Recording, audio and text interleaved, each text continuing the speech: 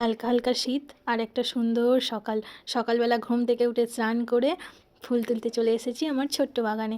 আর ফুল তোলার তো মজাটাই আলাদা সকাল সকাল স্নান করার পরে, কারণ এরপরে যাব পুজো করতে, যেটা আমার খুবই প্রিয় আর খুবই পছন্দের কাজ। জানো তো, আজকে না একটা ঘটনা ঘটেছে, সেটা হচ্ছে আমার এই নতুন জবা ফুল গাছে একটা ফুল হয়েছে। আর এটা আমি আজকে তুলছি না, মা লক্ষ্মীকে বলেছি পরে দেবো, আজ দিচ্ছি না, কারণ প্রথম ফুলটা আমি চাইলাম গাছেই থাক। আর অন্য অন্য ফুল হয়েছিল সেগুলোই দেবো, দিয়ে আজকে পুজো করব, কিন্তু ওই ফুলটা আজকে তুললাম না। ভাবলাম এরপরে যেই ফুলটা হবে সেটাই তুলবো। আমার খুব ভালো লাগছে যে নতুন ফুল গাছে ফুল কুড়িটা আগে থাকতেই ছিল, কিন্তু ফুলটা ফুটেছে, তো এটা ভেবেই মানে আরও বেশি মনটা ভালো হয়ে যাচ্ছে।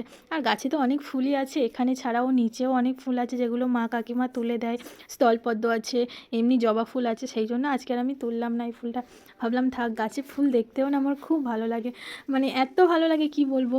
ফুল ছোট হোক বা বড় হোক, যেমনই হোক, আমার না মানে ফুলটাকে আমি খুব খুব খুব পছন্দ করি আর খুব ভালোবাসি। আর এটাও মনে করি এমন কোনো মানুষ নেই যে ফুল পছন্দ করে না, ফুলের থেকে আর সুন্দর কী হতে পারে আমার গলুর মতো। আমার গলিও খুব সুন্দর আর ফুলও খুব সুন্দর। আর এই খাবারটা আজকে আমি কাকে দিচ্ছি বলো তো, ফেলে দিচ্ছি না, এই খাবারটাও একজন খাবে, গলুর প্রসাদ। ও আগে প্রসাদ খেয়ে নেয়, তারপরে আসে পাখি, কাঠবেড়ালি, সব আসে আমাদের এখানটায় প্রসাদ খেতে, সেই জন্য ওদের জন্য রেখে দিই আমি ওখানটা। আজকে দেখো এই পিঙ্ক কালারের ফুল টবেরটাতে কত ফুল ধরেছে, কত ফুল ধরেছে, আমার কি ভালো লাগছে। মানে যখনই আমি এই ফুলগুলো দেখি না, আপনিই মন ভালো হয়ে যায়। তাই একটা ফুল তুলে নিলাম। আগের দিন মামামের পাপাও আমাকে একটা ফুল দিয়ে গিয়েছিল তুলে, আজকে আমি নিজেই তুলে নিয়েছি। এমনি ফুল তুলতে তো মায়া লাগে, কিন্তু মানে কি বলবো, ফুল দেখলেও নিজের হাতটাকে কন্ট্রোল করতে পারি না, তাই তুলে নিয়েছি, নিয়ে একটুখানি ন্যাকামো করে নিয়েছি। কেউ কিছু মনে করো না, আসলে না আমি ফুলটাকে অনেক অনেক অনেক ভালোবাসি, এই আর কি। তারপরে মাম্মা স্কুলে যাবে, দেরি হয়ে যাচ্ছে, ও টিফিন প্যাক করে দিয়েছি। আজকে একটু ফ্রুটসই দিয়েছি, কারণ আজকে সময় হয়নি আমার টিফিন বানানোর। আর কি বানাবো সেরকম, মানে কিছু বানিয়ে দিলে খুবই নষ্ট করে, খেতে চায় না, তার থেকে বরঞ্চ ফ্রুটস দিলে ও মানে ভালো মনে খেয়ে আসে, সেই জন্য আমি একটু বেশি ফ্রুটসটাই দিই।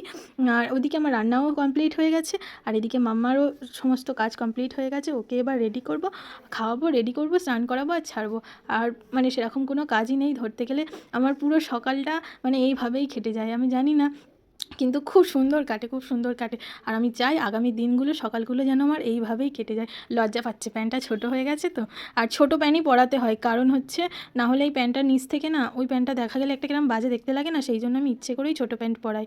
তো বদমাইশি সারাক্ষণই চলতে থাকে, দেখো এত বদমাইশ হয়ে গেছে, এত বদমাইশ হয়ে গেছে। আমি একটুখানি বাইরে গিয়েছিলাম, আমি তো সেজেগুজে ওকে পাঠাচ্ছি, স্কুল থেকে যখন আসবে যেন মনে হবে যুদ্ধ করতে গিয়েছিল।